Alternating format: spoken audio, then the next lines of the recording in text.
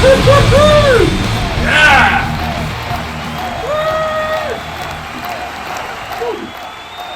Hello and welcome to Inside Unsigned. And today we're here with our very special guest, April Hutchins, also known as Anna Pest. Welcome, April. Thanks for joining us. Thank you so much for having me. Great to be here. Nice to meet you. Where are you calling in from today? How's the weather where you are? Oh yeah, calling in from Montreal, Canada, and it's a very hot day today. Very hot. It's gonna get up to, I guess, 35-ish Celsius. Oh Pretty cooking. Yeah, but we're living. We're surviving. Get that ice in the glass. Excellent stuff. Have you always been a Montreal resident? I was born here, and I guess for all intents and purposes, I grew up here. But I did spend a couple years in Texas when I was quite young. My family moved there for business. We lived there for about 2 years, and when I was 5 or 6, we moved back. So, but I've been here almost my whole life. Nice, I hear it's very nice. Never been, but I hear it's very nice. It's a great city. Yeah, people are friendly. When COVID is not a thing, there is a lot to do. Great music scene. Yeah, lots of good stuff going on here. Cool. So speaking of the music scene, what were your kind of influences in how you came to be an artist yourself? Okay, like just from the very beginning? Yeah. Very beginning. All right. Well, I first, I guess, discovered metal music through Rammstein and Slipknot for the most part. Those were I was listening to a ton of them in high school. I guess shortly after then, I discovered Dimmu Borgir, who I've also always been a huge fan of. Their vocalist Shagrith is probably the one who inspired me to start screaming initially. And I guess what I love about his voice is just how theatrical it is, you know? He's very much less about, I guess, this perfect technique that seems to, dominate a lot of the deathcore scene or whatever, you know? Like anytime you hear a deathcore vocalist nowadays, they've just got the perfect tone. But what I loved about this guy is he really felt like a demon, you know? And that's kind of, I guess, what inspired me to start screaming. Also, I'm a huge fan of Grant Kirkhope, the video game music composer. He worked with, I guess you guys probably know him, but he worked on my favorite game, Donkey Kong 64. And I can't understate how much that soundtrack still continues to inspire me melodically and harmonically and all that stuff. That's so cool. Can I interject? Because I saw on your YouTube channel, which by the way is, I mean, talk about prolific. You've got a lot of videos on there. I counted them. There's about 93, I think I counted. Yeah. There's a couple. I spotted was Donkey Kong, and I was like scanning through. Obviously, I wasn't like looking at all of them in detail, and I was like, Donkey Kong, that seems a bit at odds with things. I'm definitely going to go back now and check that Donkey Kong. What I basically did is I covered every main like level theme from the game, and did like metal arrangements of all of them, and I also did the final boss song. That was I did that all in, I guess, 2015, early 2016. I did a lot of covers when I first started the page because I figured it was a good way for people to stumble across it, you know. And then I started putting out more original material immediately after that. So did you teach yourself to scream, or like what's your? Yeah, pretty much. I guess when I first started screaming, we were like, there was talk about Melissa Cross and the courses she was doing in her DVD series, the Zen of Screaming. And I guess I was a little interested, but I never went for it. I just kind of figured out how to do things my own way and got comfortable doing that. So like, I guess technically speaking, my technique isn't perfect, but like I'm happy with the sounds I make. And it's not like I'm a touring vocalist or anything, right? Like 90% of the time when I'm screaming, I'm practicing or I'm recording, right? So I never had to learn I never needed to learn like the maintenance techniques, I guess. I just kind of do what I have to do when I have to do it, and I'm fine. So I'd love to do it, actually. It's been on my Yeah. list for ages. Yeah, I really want to learn. I think it's amazing. it's kind of not as difficult as it seems. I literally, I learned how to scream by basically approximating Saturday morning cartoon villains and then doing it louder. So sometimes it's as easy as that, it's just a matter of finding your sound, right? Yeah, and for it not to hurt, obviously. Yeah, and I mean, the pain is always kind of something that's gonna happen, if anytime you're doing it for an extended period, I guess, eventually you're gonna feel it, right? And it's just knowing to take breaks when you need them and to take it easy on yourself and not force yourself. And did you study music? Only in a very limited capacity and only really on my own. I guess when I first started playing guitar pretty much on my own. My dad showed me a couple of the basics. He's been playing in punk bands since the 80s, so he knows his way around. And he showed me the basics, and then I just kind of figured it out myself from there. And eventually I figured, okay, I should probably have some idea of what I'm doing here, So I would just look at Wikipedia pages regarding the different scales and learning about the circle of fifths, stuff like that. Just very, very basic stuff. I taught myself all that. You do all of the instrumentation on the track, right? Yeah, just to be clear, the guitar is real, the drums and bass are programmed, Right. and so are the keyboard parts, and I do the screams, obviously. And there's some clean vocals on Skyward. Mm-hmm. Yeah, that.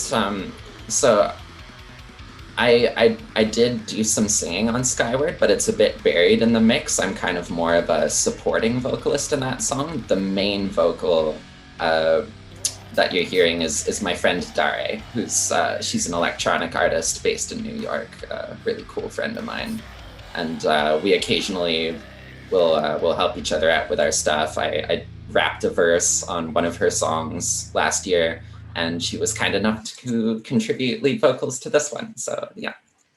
It sounds awesome. I love how the clean vocals intertwine with the growling. Thank you.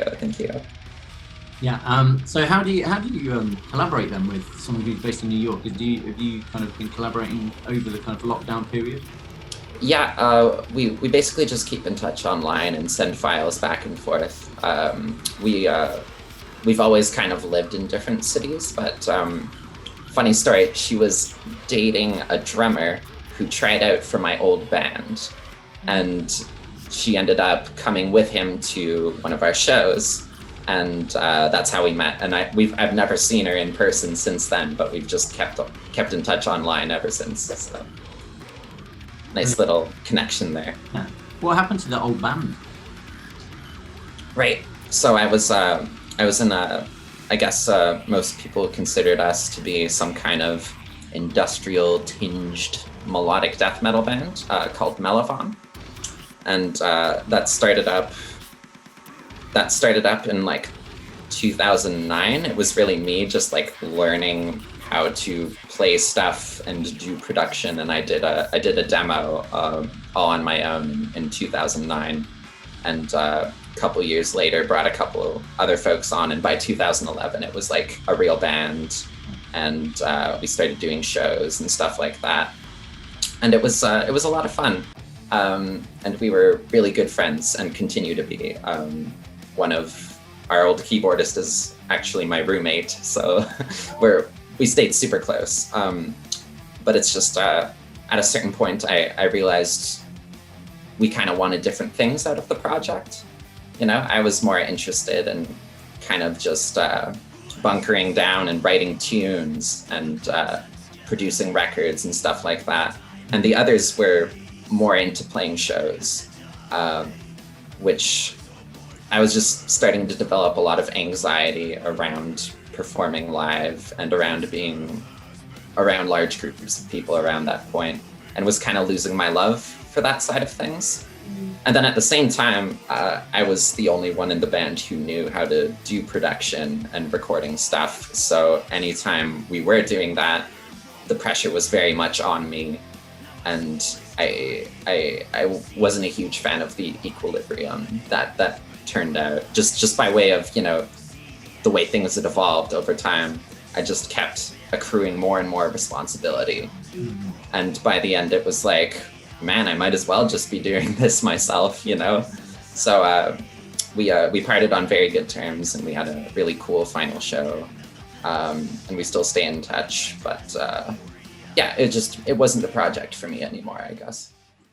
Yeah.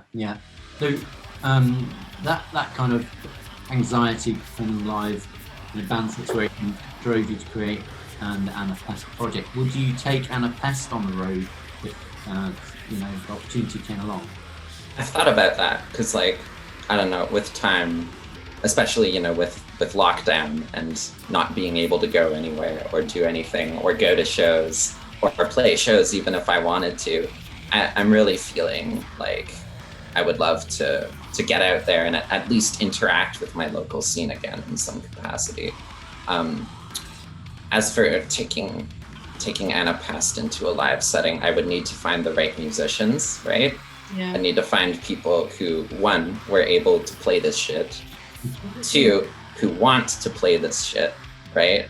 And three, I'd want to make sure we got along and that we were good pals, I'm not interested in being in a band where it's all business, I've always felt that a band should be a group of friends first, because that's what's going to keep you together at the end of the day, And finding people who tick all those boxes is quite a feat. And so I'm not sure, maybe I'm definitely not against the possibility. I'm definitely open to it, but it's just like, when would this happen and under what circumstances? I don't know yet. And I think I read an interview or watched an interview, and you talked about how you like to experiment with different genres. Yeah. That was another thing, because we very much played with a lot of different sounds, but I always kind of wanted to go further, And there came a point where I was just writing a lot of music in a lot of different styles, because I like listening to a lot of different types of music, and I like to make the music that I like, right? So I'm proposing song ideas, and people would say stuff like, "This is really cool, but this doesn't sound like a Mellabon song," right? So it's like I'm writing all these tunes, and they're not quite what the band wants to play, which is fine, I'm not here to dictate what people are playing or what the band is gonna be. That was up to all of us to decide, right? But I had all these tunes and I wanted to do something with them, and I guess that's kind of what led me to start Anna Pest, is just having an outlet to release the shit that I wanted to make, just on my own terms. And how do you typically write? Do you have a kind of standard creative process? Right. It honestly very much varies from song to song, and to a degree from project to project. I guess for the longest time, what I would do is I would write the riffs first, right? And then I'd lay down some drums, and then I'd write the lyrics. But on this latest record, Dark Arms Reach Skyward with Bone White Fingers, I found myself writing the words first, which I'd never done before. And what I would do is I'd put a lot of effort into building the lyrics, and then I would get vocal patterns in my head. And I would start the music by writing drum parts to the vocal patterns I was hearing in my head. And then I wrote the riffs last, which I've never done before.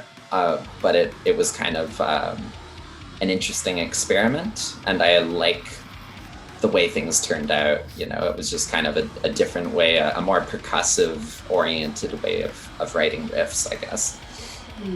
You're definitely the heaviest sounding artist we've had on our little show. Oh, that's an honor. Thank you. On a technical level, how do you achieve that heaviness? How do you software and stuff? Right. So one thing that I do with the guitars that I'm a bit like squeamish about talking about, because I know there's a lot of stigma around doing things these days. But what I really like to do is I record all my riffs at about 60% speed. And then what I do is I'll manually get in there and chop off the start of every single note. I'll just like make every single note in the song its own little splice, its own little item. And then I'll manually shorten them so that they're just the right length, but that there's no stretching, right? Yeah. So as a result, what you've got is like extremely ridiculously tight guitar parts that at the same time don't sound stretched. And by playing them slow, I'm really paying a lot of attention to like how I hit each note, right? Getting the intonation just right, making sure the palm mutes are just right, so that I'm just trying to like get as much good texture in there as possible and make it sound as tight as possible. And I think that is a big part of it. There's this, I love Static X, and their front man, there's this quote that he dropped once that I'm always gonna remember, and it's never underestimate the power of two guitars playing the exact same thing really, really tight together. So yeah, I think that's a big part of it. And also, on this latest record, I did a couple things that I'd never done before production-wise. One thing that was weird is I put reverb into the guitar chain, the guitar effects chain, and then put a compressor afterward. And what that did, it really made it kind of sound like they were echoing around in a cave, sort of. So, and that definitely adds density, right? So yeah, I guess those are just a few things I can think of. I guess also, just my music is often kind of atonal and dissonant and nasty sounding, so I guess that's also a part of it. Great stuff. I don't think we talked about what software you use. Yeah. So I'm a huge fan of Reaper. I use Reaper for mixing. I also like Fruity Loops. It's cute. It's fun. Whenever I'm doing sort of like an electronic drum line, I'll go into Fruity Loops because I love their sampling interface. You can kind of just like plop the sounds you want in there, and then there's like a grid, and you just click in the notes that you want it to hit.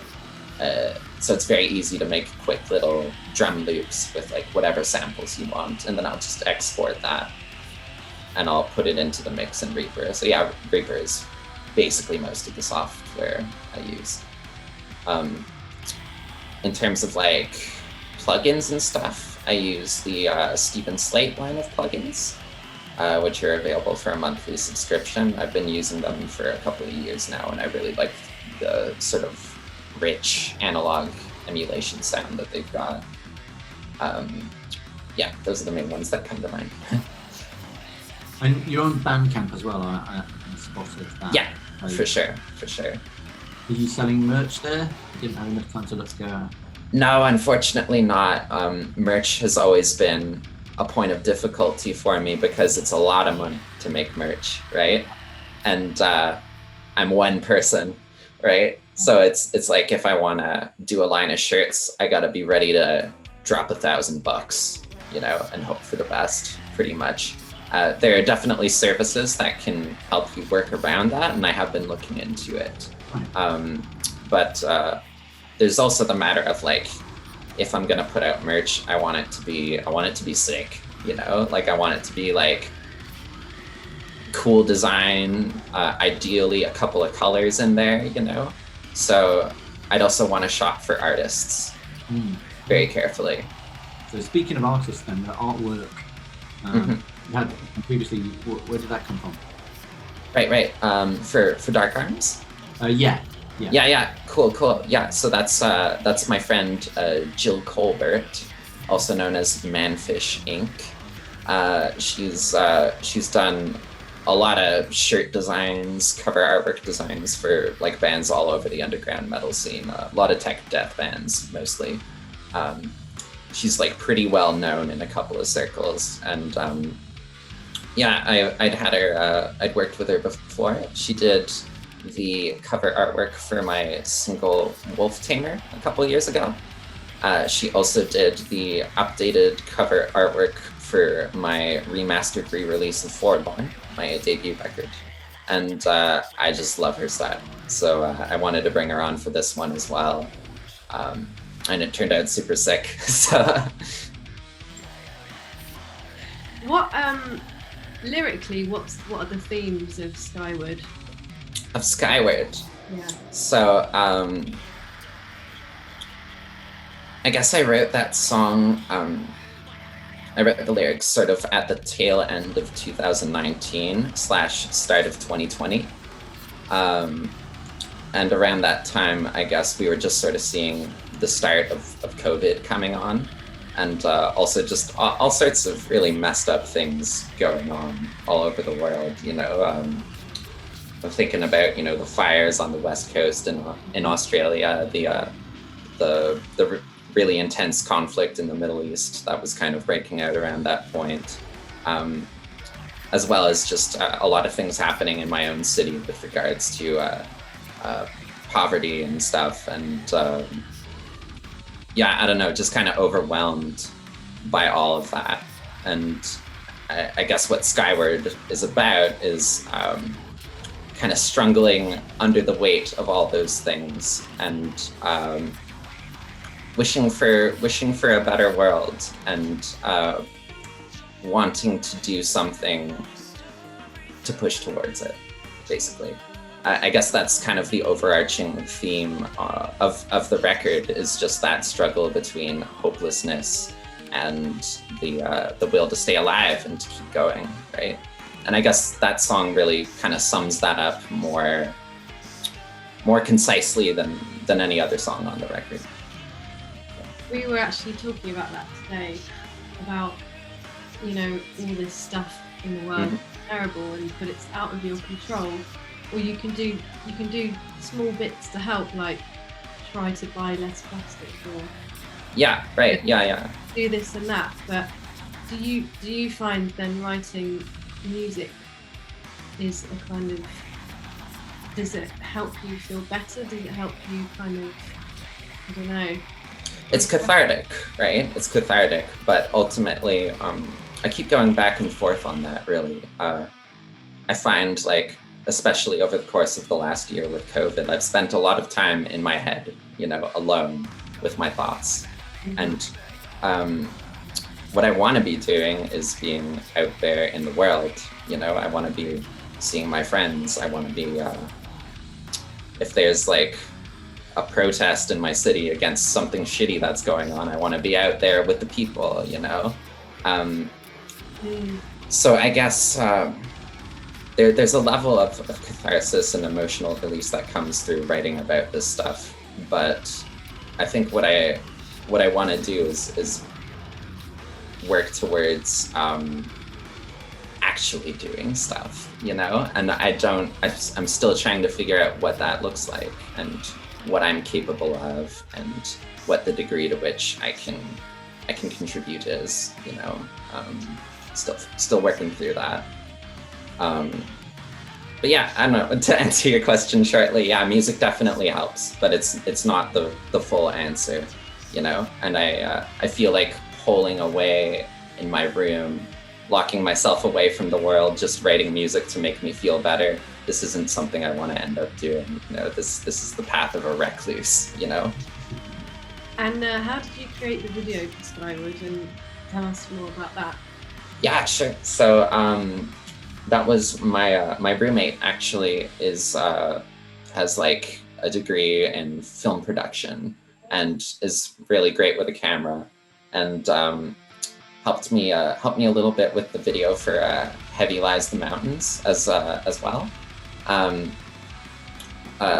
Yeah, we've just been we like working together and doing little collaborative projects now and then. And I guess the idea of the video for Skyward is we just kind of wanted to whip out a camera at any point during the year where it felt like we should, you know, just kind of document the course of the year. And yeah, that's kind of what ended up happening. We brought it along to a cottage when we did like this sort of winter retreat, and we did some body painting there. And there's some footage of that. There's some footage of the few times we were able to have some friends over for dinner. We like snapped some shots of us just hanging out. And then there's of course the parts of me singing. I've always loved like 90s pop videos, right? Where like you see the artist with like a couple different looks and maybe a couple different hairstyles, and I was just like, I really want to do that, you know? I really want to. So like I had dyed my hair purple at one point, and I was blonde before that, and they shot me doing the screaming parts with blonde hair and the singing parts with purple hair in just 2 different outfits, and like that was just kind of fun and indulgent to do, I guess. So yeah, that's kind of how it came together. So what are the medium-term ambitions for Anna Pest then? Midterm, yeah, right. I'm writing a lot of stuff right now. I've probably got most of another record written instrumentally at this point. I've just been writing a lot since the start of this year, and feeling super inspired. So I guess we could expect another record in about a year or so. I'm also doing a collaborative EP with a friend of mine. We wrote 3 songs together, and I'm super stoked about that. So you can definitely expect an EP at some point in the future too. I mean, you've already put 3 EPs out and an album. Yeah, 4 EPs actually. 4. Yeah. Corrected. Oh, it's all good. Which is quite a good turnaround. Yeah, not bad. But I just want to keep it rolling, you know? The thing about being, I guess, a mostly studio project is if you want to kind of stay relevant, you know, stay in people's heads, you got to put stuff out often, right? It's not like you can go on tour, so you got to write those tunes. You are so productive. I like having fun. I honestly have a really hard time relaxing. You know, like every moment that I spend not doing something, this is something I've been trying to work on. I feel like I need to get up, you know, I need to get back to work or else I'm wasting my time. And I find that really corrosive and kind of a bit destructive. And I don't like the headspace I get into at some of those moments. So I've been trying to be more kind with myself and give myself more time to rest when I need it. But yeah, no, I love being active and doing creative stuff. This record's the newest thing I've got going. I'm still pretty stoked on it. I guess I've had a chance to get a bit of separation after a couple months. But yeah, I'm still pretty stoked about it. I guess Dark Arms Reach Skyward with Bone White Fingers. If you haven't heard it, check it out. Hope you like what you hear. That seems like a great time to flip over now and listen to Skyward. Yeah, let's Sweet. get on In its entirety. Let's do it.